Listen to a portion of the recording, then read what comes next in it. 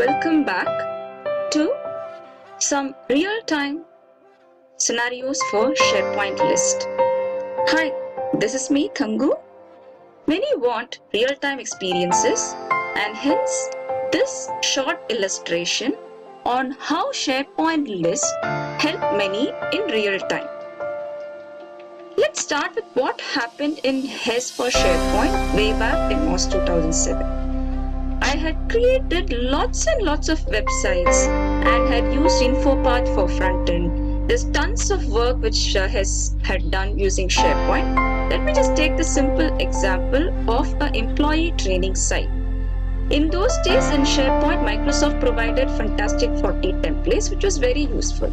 And employee training was one such template where we could easily create a training portal, and lots of training portals were created where employees could register for different courses, and it was very simple. We had simple lists like courses where we would have the course ID, the start date, end date. A user would register for a course and there was a workflow created or modified using SharePoint Designer where an email was triggered. So coming to the list part, SharePoint list can be used as a database rather than creating lots of tables in SQL or Oracle. SharePoint was really time-saving and very simple.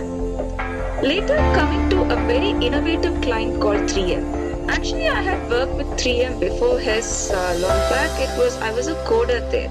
But since this is an end-user training, this focus is on using SharePoint, where they use SharePoint to share the ideas. They created a site or a list in SharePoint with a type where the ideas were stored and people could discuss on the ideas and exchange them.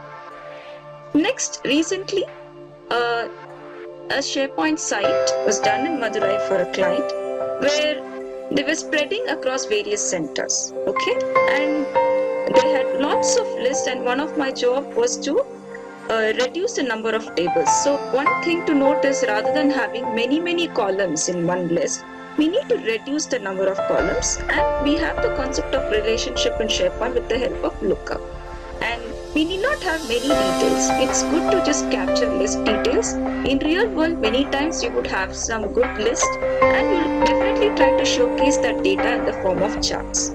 So in this particular example, of course, there were so many details due to secrecy issues. I'll just showcase some of the common fields which were used, like the center number, the center name, and the cost related to each center, and when was it started.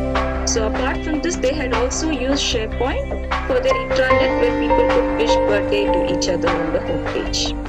Next, Coca-Cola had used SharePoint I think for a long time, and recently they tried to use Office 365 where I'm just talking about a small project where they were trying to guess the best water from different vendors. So they had a big functional specification and all. So coming to the list part, we'll have a list where there are vendors, and we look at the cost of each vendor, and based on some process, the best vendor was chosen.